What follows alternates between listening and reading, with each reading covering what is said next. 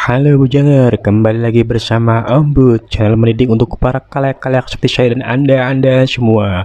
Oke, pada kesempatan kali ini Om Bud ingin menceritakan alur cerita yang dibintangi oleh mbak-mbak cantik idola Om Bud dan para bujanger-bujanger di luar ya, siapa lagi kalau bukan Mbak Jung I. Yuk cek, tapi sebelum itu jangan lupa untuk para bujangan menyiapkan sesajanya kopi, udut, cemilan, indomie, dan langsung saja kita mulai intronya. Oke, cek yuk. Dan mohon maaf, ternyata Om Buj belum membuat intronya ya. Maaf, sekali lagi maaf. Dan langsung saja, ini dia. Awal cerita dimulai di suatu tempat hiburan malam.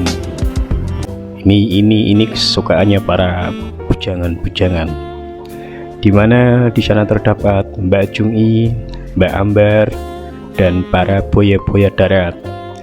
Mereka sedang singsong asyik menyanyi menari. Namun malam itu sepertinya Mbak Jung I sedang tidak mood atau banyak pikiran. Mungkin jemurannya belum entasi apa ya, belum diambil, atau mungkin cangcutnya belum kering takut hujan ya, nggak tahu lah. Pokoknya Mbak Jung I malam itu sedang tidak mood karena salah satu dari buaya tersebut ada yang bergairah setelah menyanyi menari bersama Mbak Jung I. Buaya tersebut mendekati Mbak Jung I karena ingin memicu gairah dari Mbak Jung I supaya Mas buaya ini bisa melakukan pengencutan dengan Mbak Jung I. Wow, ya namanya juga buaya ya, apalagi di tempat hiburan malam seperti ini, tempat privat ya. Oke. Ya, sayang sekali di awal cerita ini ternyata adegan yang kita tunggu-tunggu nggak ada ya, yaitu adegan pencangkulan dan pengencrutan. Oke, sabar. Kemudian Mbak Jung I dan Mbak Ambar memilih untuk pergi dari tempat hiburan malam tersebut atau tempat singsong ya, bujangan-bujangan, yang ternyata sudah ada yang menjemput ya, yaitu kendaraan mobil serta supirnya. Mungkin kita sebut saja supirnya yaitu Mas Roy. Di dalam mobil Mbak Jung I, Mbak Ambar, dan Mas Roy terjadi pembicaraan yang sangat panjang. Mbak Jung I mengatakan kalau pada malam ini dia sedang tidak mood untuk melayani para tamu-tamu di hiburan malam. Nah, jadi kita tahu sekarang ya, jadi sebenarnya Mbak Jung I, Mbak Ambar itu adalah kupu-kupu malam atau wanita penghibur ya. Dan kemudian Mas Roy mengantarkan Mbak Jung I ke suatu tempat untuk bertemu dengan seseorang. Oke. Setelahnya sampai di suatu tempat, Mbak Jung I bertemu dengan seseorang pria yang kita sebut saja dia adalah Pak Robert. Jadi Pak Robert ini adalah bosnya Mbak Jung I, Mbak Ambar, dan Mas Roy supir tadi ya. Mungkin Pak Robert adalah bos Germo atau mucikaria. Di sini adegan perbincangan terjadi lagi antara Mbak Jung I dan Pak Robert. Seperti biasa, seperti di dalam mobil tersebut, Mbak Jung I bilang kepada Pak Robert bahwa malam ini dia sedang tidak mood. Ya mungkin ternyata dia memikirkan jemurannya belum diambil, cangcutnya takut kehujanan atau apalah. Namun poin utamanya dari perbincangan antara Mbak Jung I dan Pak Robert ini adalah bahwa Mbak Jung I sudah capek dan bilang ke Pak Robert ingin berhenti dari pekerjaan ini ya. Jadi Mbak Jung I ingin berhenti menjadi seorang wanita penghibur ya, atau kupu-kupu malam ya. Sayang sekali loh kalau Mbak Jung I berhenti menjadi wanita penghibur ya. jadikan asupan-asupan para bujangan-bujangan kurang ya adik-adik ya. Pak Robert pun mengerti dengan keadaan ini dan memaklumi apa yang diinginkan oleh Mbak Jung Yi. Namun Pak Robert di sini mencoba untuk menghibur Mbak Jung Yi karena moodnya sedang tidak mood ya, atau bad mood. Pak Robert sebagai bos yang baik pun mencoba untuk memberi masukan dan solusi kepada Mbak Jung Yi. Akhirnya Pak Robert dan mulai memberikan asupan-asupannya kepada Mbak Jung Yi.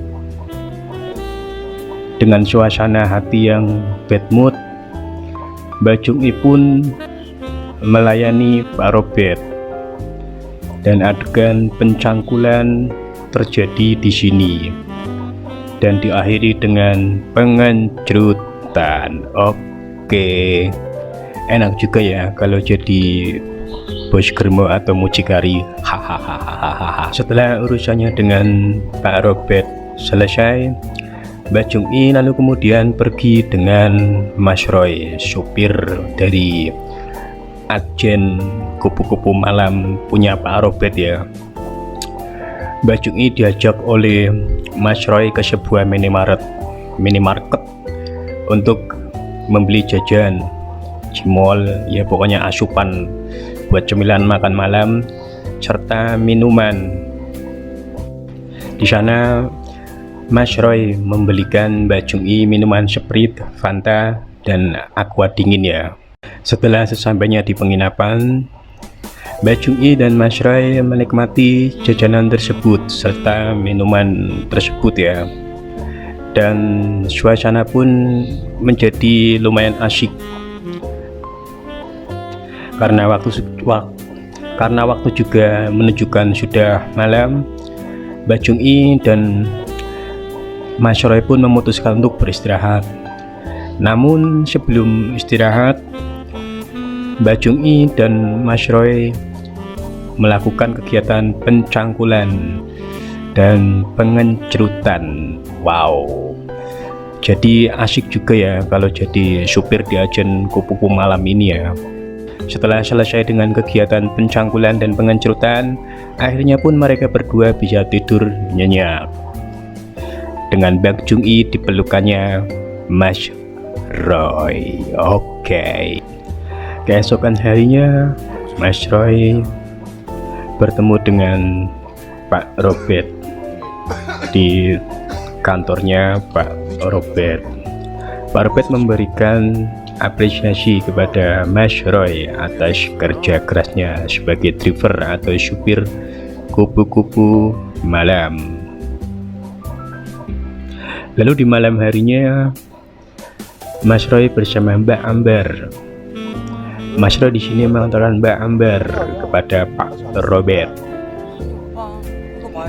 Kalau dilihat dari pesan cecetan messengernya Pak Roy dan Mbak Amber, kayaknya Pak Roy menyukai Mbak Amber.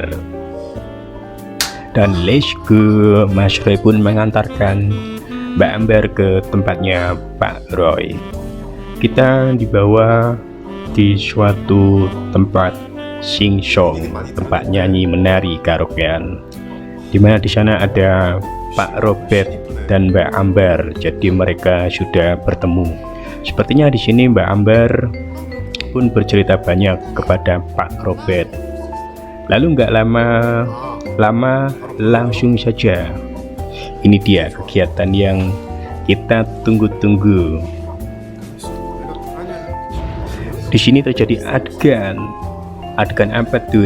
Adegan pencangkulan, bercocok tanam, pemupukan terjadi antara Pak Robert dengan Mbak Amber. Wow. Setelah urusannya selesai dengan Pak Robert, Mbak Amber dijemput oleh Mas Roy dan diajak ke kosannya Mas Roy. Sesampainya di kosannya Mas Roy, baru menutup dan mengunci pintu. Adegan yang kita tunggu-tunggu pun terjadi lagi di sini. Mereka melakukan kegiatan berkembang biak dan cerut, au. Adegan pindah di tempat lain. Kita diperlihatkan sosok Mbak Yayu. Jadi itu Mbak Yayu sama seperti Mbak Jung-i dan Mbak Ambar ya, pekerja kupu-kupu malam yang selesai melayani tamunya. Keesokan harinya, Mbak Yayu pergi ke suatu tempat. Ya, bertemu dengan Pak Robert. Di sini perbincangan terjadi antara Mbak Yayu dan Pak Robert. Sepertinya tamu yang dilayani Mbak Yayu tadi malam kurang puas dengan pelayanan-pelayanan yang dikasih oleh Mbak Yayu. Tamu tersebut lapor kepada Pak Robert. Namun sebagai bos yang baik, di sini Pak Robert mencoba untuk menasihati Mbak Yayu. Dan seperti biasanya, sayang sekali pada scene ini adegan pencangkulan, pengecerutan, pemupukan antara Pak Robert dan Mbak Yayu tidak terjadi. Hahaha. Nungguin ya. Malam hari pun tiba. Mbak Yayu dan Mas Roy berjualan seperti biasanya. Namun setelah pekerjaan selesai, Mas Roy mengajak Mbak Yayu ke kosan tempat tinggalnya, meminum teh hangat, mengobrol, dan tiba-tiba ini yang kita tunggu-tunggu. Mbak Yayu yang sedang naik libidonya merayu Mas Roy. Dan momen ini tidak disia-siakan oleh Mas Roy. Dan disinilah adegan seperti biasanya terjadi lagi. Wow, kok enak banget ya. Jadi Mas Roy udah kerja jadi sopir, dapat bayaran, pulangnya digoyang gratis lagi. Aku ombud rasanya juga mau ya kalau kayak gitu. Di tempat lain, kali ini kita bertemu lagi dengan Mbak Jung-i dan Mbak Ambar di sebuah tempat hiburan malam, tempat singsong, tempat karaokean, tempat nyanyi dan menari. Namun kali ini kita lihat wajah Mbak Jung-i terlihat senang dan gembira. Mungkin nggak jadi resign. Nah, kalau gini kan ambut jadi bahagia. Oke. Di akhir film kita melihat Mas Roy yang terlihat bahagia. Sungguh ending yang sangat menyenangkan untuk Mas Roy. Jadi pesan yang bisa kita ambil dari film ini adalah nikmatilah pekerjaanmu apapun itu. Ya, walaupun susah, senang, toh pasti ada bahagianya. Oke, sekian dari Ombud pada kesempatan kali ini. Jangan lupa untuk jaga kesehatan and see you next time. Bye bye.